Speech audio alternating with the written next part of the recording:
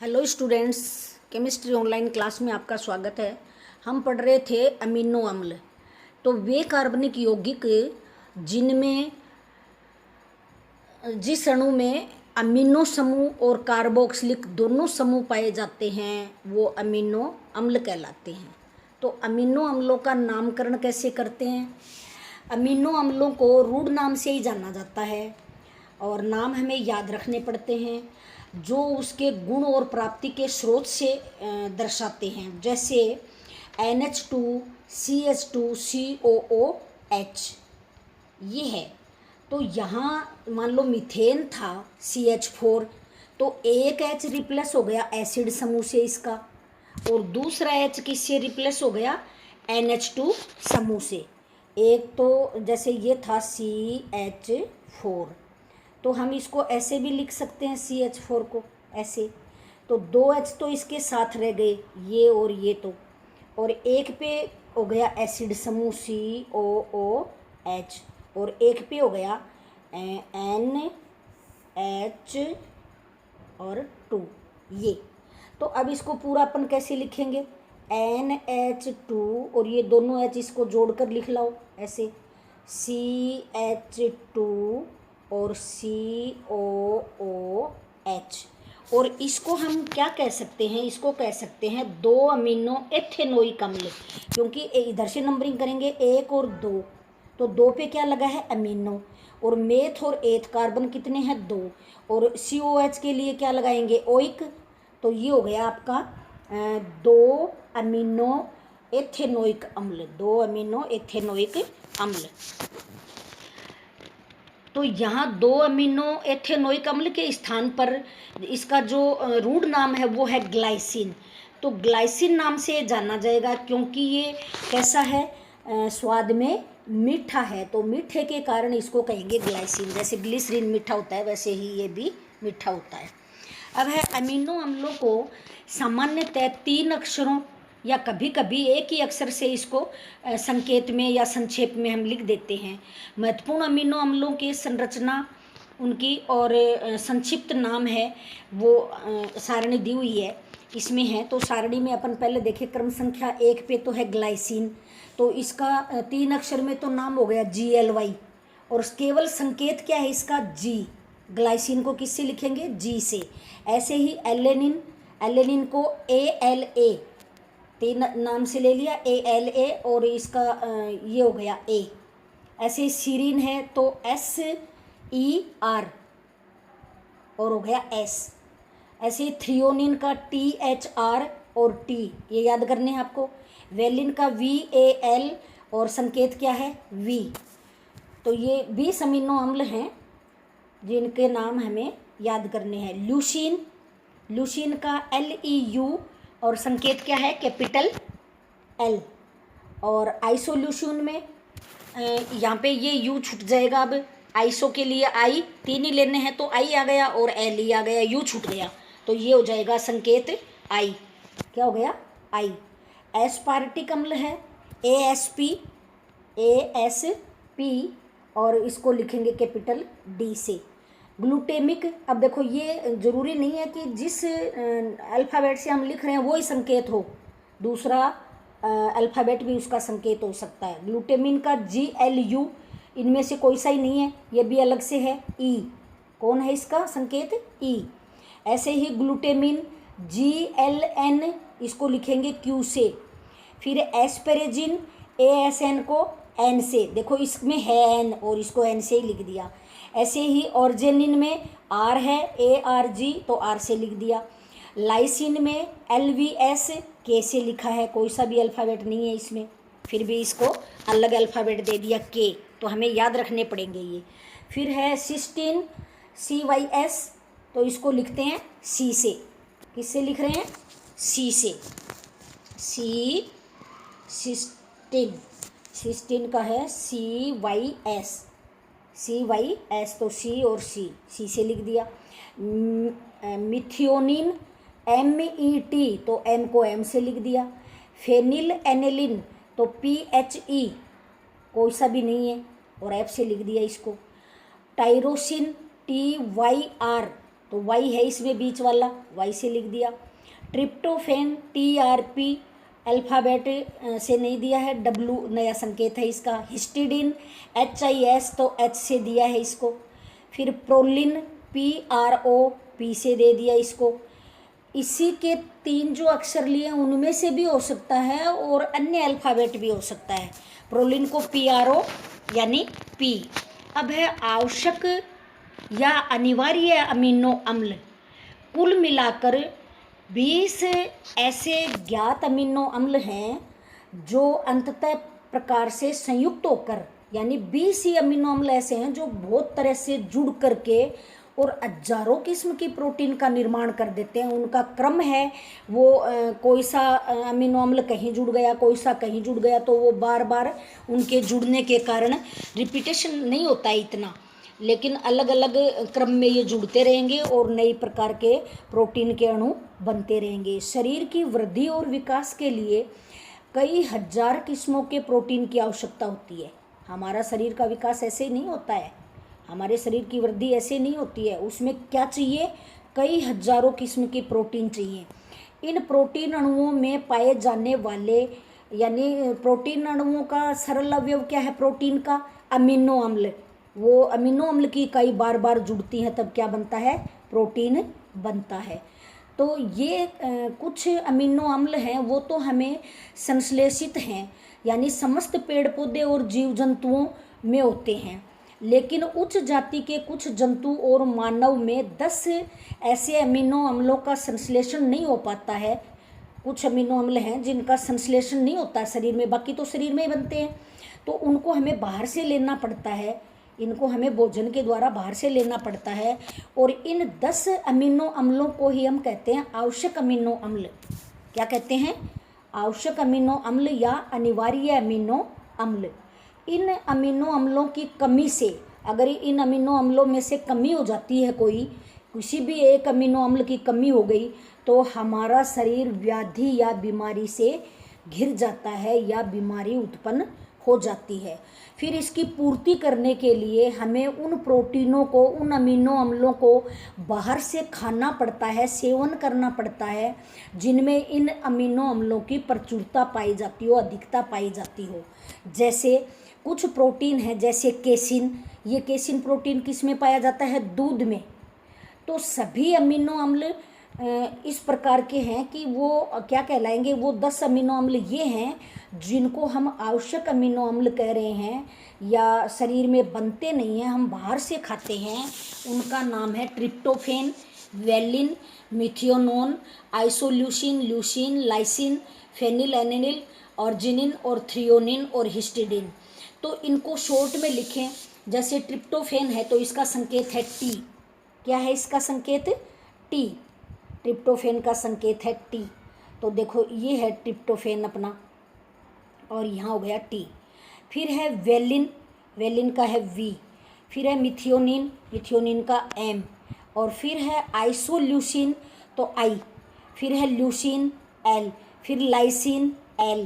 फिर फेनिलएलेनिल तो P। क्या है? P। और फिर है ऑर्जिनिन A, सॉरी ये आएगा ए। और फिर है थ्रियोनिन तो T। और फिर लास्ट में हिस्टिडिन H। तो इन 10 के ये नाम है TVMILL पाथ PATH। टीवी मिल, टीवी याद करने का तरीका है टीवी टेलीविज़न का शॉर्ट फॉर्म होता है टीवी। फिर मिल MILL, टीवी मिल पाथ है, पाथ मानी रास्ता, PATH। तो इन सब का एक एक वो ले लिया अपन ने अल्फ़ाबेट और ये बना दिया टीवी मिल पाथ। ये 10 अमीनो अम्ल ऐसे हैं जिनको हम बाहर से खाते हैं। आगे है पॉलीपेप्टाइड एवं प्रोटीन क्या है? यानी बहुत सारे जो अमीनो अम्ल हैं वो जुड़ कर के प्रोटीन बनाते हैं, और जो बंध बनता है इनके बीच में, 2 अमीनो अम्लों के बीच में एक बंध बनता है CONH बंध, और उसको अपन कहते हैं पेप्टाइड बंध। तो बहुत सारे ऐसे बंध बन जाएंगे। एक को पेप्टाइड बोला तो बहुत सारों को क्या बोल देंगे, पॉलीपेप्टाइड। पॉली मानी बहुत सारे।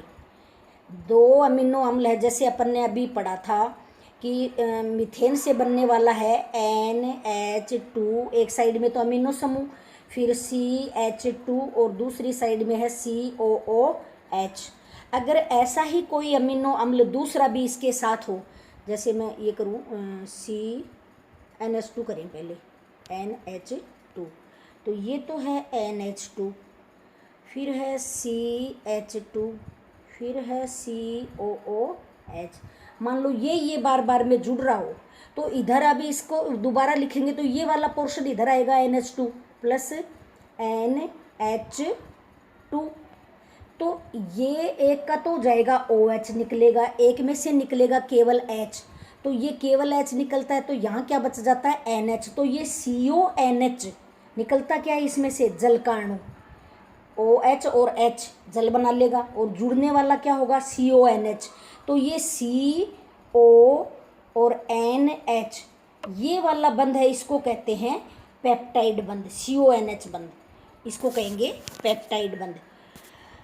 तो पेप्टाइड में एक सिरे पर तो मुक्त कार्बोक्सिलिक अम्ल है और दूसरे सिरे पर मुक्त ही अमीनो समूह है, अतः ये दोनों सिरों पर अमीनो अम्लों से फिर से क्रिया कर सकता है। इस प्रकार अमीनो अम्ल पेप्टाइड बंध द्वारा जुड़ते हैं। पेप्टाइड बंधों द्वारा जुड़े अमीनो अम्लों की संख्या के आधार पर हम इनको पेप्टाइडों को भिन्न भिन्न 4 श्रेणियों में बांट सकते हैं। तो वो श्रेणी अपनी है डाइपेप्टाइड। डाइपेप्टाइड जिनमें 2 अमीनो अम्ल संयुक्त होते हों, और बंध कितना बनेगा, एक ही बनेगा, CONH बंध एक बनेगा उसमें। ट्राई में 2 बन जाएंगे, अणु तो 3 भाग ले रहे हैं, और पेप्टाइड बंध कितने बन जाएंगे, जैसे 3 चीज़ें जोड़े हैं अपन, तो जोड़ तो 2 ही आएंगे ना, 3 चीज़ों में 2 चीज़ें जोड़ते हैं तो जोड़ तो एक ही हुआ। 2 रस्सियों को बांधा गांठ से तो बीच में गांठ एक ही आई, 3 रस्सियों को जोड़ेंगे तो गांठ 2 आ जाएंगी, तो गांठ को ही आप क्या मान लोगे, पेप्टाइड बंध। तो ये है टेट्रापेप्टाइड, जिसमें 4 इकाइयाँ जुड़ती हों और 3 बंध आते हों, है ना। और पॉलीपेप्टाइड में बहुत सारे बंध आते हों। बंध कौन से हैं, CONH ये बंध है। तो अब ये देखें कि जिनमें 2 अमीनो अम्ल संयुक्त हैं तो डाइपेप्टाइड, 3 है तो ट्राई, और 4 है तो टेट्रा, और 10 या 10 से अधिक है तो पोली। किसको कहेंगे पोली, 10 या 10 से अधिक। अतः 10 या अधिक अमीनो अम्ल इकाइयों से बना हुआ पेप्टाइड पॉलीपेप्टाइड कहलाता है। पॉलीपेप्टाइड का अणुभार है वो 10,000 या इससे भी अधिक होने पर उसको ही हम प्रोटीन कहते हैं। कम से कम अणुभार कितना जाना चाहिए, 10,000, यानी कई इकाई जुड़ जाएं और भार लगभग 10,000 आ जाए, तब वो एक प्रोटीन कहलाएगी। अतः प्रोटीन वास्तव में क्या है, प्रोटीन को कैसे परिभाषित करेंगे, परिभाषा क्या देंगे कि प्रोटीन वास्तव में एक उच्च अणुभार वाला पॉलीपेप्टाइड है, जिनमें कितनी इकाई हो सकती हैं, 100 या 100 से भी ज़्यादा अमीनो अम्ल, और कैसे जुड़ते हों, परस्पर पॉलीपेप्टाइड बंधों से। ये उदाहरण दे रखा है, जोड़ने का तरीका बताया है, वही CONH बंध जो मैंने बताया है वही है। निकला क्या है, जल का अणु, और जुड़ता ये 2 हैं। तो इस साइड का तो एसिड समूह था ये तो अपना, तो एसिड में से तो निकल गया OH, और इधर था NH2 में से क्या निकल गया H, तो ये CONH जुड़ जाएगा। अब CONH जुड़ जाएगा, बाकी पूरा ऐसे है। तो ये 2 इकाई जुड़ी है, तो इसका नाम है डाइपेप्टाइड। 2 इकाइयाँ थी, बंध एक ही बना है इसमें। 3 वाले में बंध 2 बनेंगे, 4 वाले में बंध 3 बनेंगे, पोली वाले में अगर 100 है तो बंध 99 बनेंगे। ये देख लो आप, 1000 हैं तो 999 ही बनेंगे। अब है प्रोटीन के जैविक महत्व क्या है, यानी importance of biological importance of protein. तो कोशिकाओं के रचनात्मक अवयव हैं ये प्रोटीन होती हैं, ये क्या हैं, रचनात्मक अवयव हैं। कई प्रोटीन जैविक पदार्थों की संरचना में विशेष हैं, जैसे स्तनधारियों के बाल हैं, अपने स्तनधारी में हम भी आते हैं, मानव पशु, तो बाल हैं, नाखून हैं, या कैरेटिन नामक प्रोटीन के बने हैं ये कौन कौन? बाल और नाखून। सख्त प्रोटीन है ये। संयोजी ऊतकों में कोलेजन नामक प्रोटीन होता है। इसी तरह मांसपेशियों में मायोसिन नामक प्रोटीन पाई जाती है। तो एक तो प्रोटीन के रूप में हमारे बाल और नाखून बनते हैं। दूसरा है एंजाइम अथवा जैव उत्प्रेरक का काम भी करते हैं। ये एंजाइम का काम भी करते हैं, जैव उत्प्रेरक का काम भी करते हैं। कौन? प्रोटीन। लगभग सभी एंजाइम प्रोटीन के बने होते हैं। अपने शरीर में जो रासायनिक अभिक्रिया होती हैं, जैविक क्रियाएं होती हैं, उनमें एंजाइम काम करते हैं और वो एंजाइम किससे बने हैं? प्रोटीन से बने हैं। अब आप समझ गए प्रोटीन में कौन कौन से 2 समूह हैं? NH2 समूह और NH2 को क्या बोलेंगे? अमीनो समूह, और COH समूह यानी एसिड समूह। तो सजीवों में होने वाली सभी जैव रासायनिक अभिक्रियाओं में ये जैव उत्प्रेरण का कार्य करते हैं। कौन? अमीनो अम्ल। हार्मोन के रूप में काम करते हैं ये। एंजाइम की तरह ही अंतःस्रावी ग्रंथियों द्वारा उत्पन्न होने वाले, अपने शरीर में लगभग 10 अंतःस्रावी ग्रंथियां हैं। एड्रिनल है, थायराइड है, पीयूष है, पैराथायराइड है, और अंडाशय है, वृषण है, अग्नाशय है। तो इन सब में जो हार्मोन स्रावित होते हैं वो सब कौन सी क्रिया से होते हैं? सभी एंजाइम प्रोटीन के रूप में या ये हार्मोन की तरह काम करते हैं। प्रोटीन क्या करते हैं? हार्मोन की तरह काम करते हैं। शरीर में अंतःस्रावी ग्रंथियों से उत्पन्न होने वाले सभी हार्मोन भी प्रोटीन ही होते हैं एक तरह से। जैसे अग्नाशय का इंसुलिन है, थायराइड का थायरोक्सिन है, पीयूष का पिट्यूटराइन है। अब है ऑक्सीजन वाहक के रूप में, जो अपने शरीर में ऑक्सीजन श्वसन से हम अंदर ले रहे हैं, और वो ऑक्सीजन किससे जुड़ रही है? हमारे शरीर में लाल रंग का जो वर्णक पाया जाता है खून में, जिसका नाम है हीमोग्लोबिन, उससे जुड़ती है ये ऑक्सीजन। तो ऑक्सीजन वाहक के रूप में जो हीमोग्लोबिन है, वो हीमोग्लोबिन भी किससे बना हुआ है? प्रोटीन से बना हुआ है। तो सभी प्राणियों द्वारा श्वसन में ली गई ऑक्सीजन को रुधिर में मौजूद जो हीमोग्लोबिन है, वो हीमोग्लोबिन नामक प्रोटीन वाहक का महत्वपूर्ण कार्य करता। वाहक का मतलब है ले जाने वाला। इसी कारण रक्त में हीमोग्लोबिन की कमी होने पर हमारी सांस फूलने लगती है। अब है शरीर की सुरक्षा। शरीर की सुरक्षा भी, इम्यूनिटी जो अपनी है, वो शरीर में उपस्थित इम्यूनोग्लोबिन्स, ये भी क्या है? इम्यूनोग्लोबिन्स भी एक प्रोटीन है, और एंटीबॉडी बनाती हैं ये, जो प्रोटीन की हैं। ये इम्यूनोग्लोबिन्स नामक एंटीबॉडी जो बन रही है वो किसकी बनी हुई है? प्रोटीन की। और सूक्ष्म जीवों के संक्रमण से ये हमारी रक्षा करती है। क्या करती है ये इम्यूनिटी? इम्यूनोग्लोबिन्स बाहरी जो जीवाणु वगैरह शरीर में प्रवेश करते हैं, हानिकारक रोग फैलाने वाले रोगवाहक, तो उन सब का भक्षण करती है ये। फिर है शरीर की वृद्धि तथा मरम्मत का कार्य भी प्रोटीन करती है। शरीर का संपूर्ण बाह्य आवरण और मांसपेशियां भी प्रोटीन के बने हैं, और ये आकार में बढ़ती रहती है। आंतरिक उपापचयी क्रियाओं के कारण उत्तक प्रोटीन का क्षय होता रहता है, और मरम्मत अमीनो अम्लों द्वारा होती रहती है। यानी पुराने तो टूट टूट कर निकलते रहते हैं और नए बनते रहते हैं। अब है एंजाइम्स क्या हैं? अभी अपन ने अंतःस्रावी के एंजाइम पढ़े, वो सारे क्या है? एक प्रकार के प्रोटीन है। ऐसे ही अब बाकी के एंजाइम भी क्या हैं? एंजाइम्स प्राकृतिक सरल और संयुक्त, या तो सरल प्रोटीन है या संयुक्त प्रोटीन है, जो जैव रासायनिक क्रियाओं में विशिष्ट उत्प्रेरक का काम करते हैं। किसका काम करते हैं? उत्प्रेरक का। ये एंजाइम उत्प्रेरक का काम करते हैं, अभिक्रियाओं को संपन्न करते हैं, अभिक्रियाओं को नियंत्रित करते हैं। उसमें खुद भाग नहीं लेते हैं, ये केवल नियंत्रित करते हैं। अभिक्रिया की दर को या तो कम करेंगे और या अधिक करेंगे। जरूरत होगी वहाँ अधिक और जरूरत होगी वहाँ कम। कम की जरूरत है वहाँ कम कर देंगे, अधिक की जरूरत है वहाँ अधिक कर देंगे। सबसे पहले एंजाइम को खमीर में देखा गया। खमीर क्या है? आटा रख दिया और 6-7 दिन तक लगे हुए आटे को अपन ने संभाला ही नहीं, जिस बर्तन में रखा था उसे दुगना हो गया फूल करके, तो उसमें क्या पैदा हो गया? खमीर।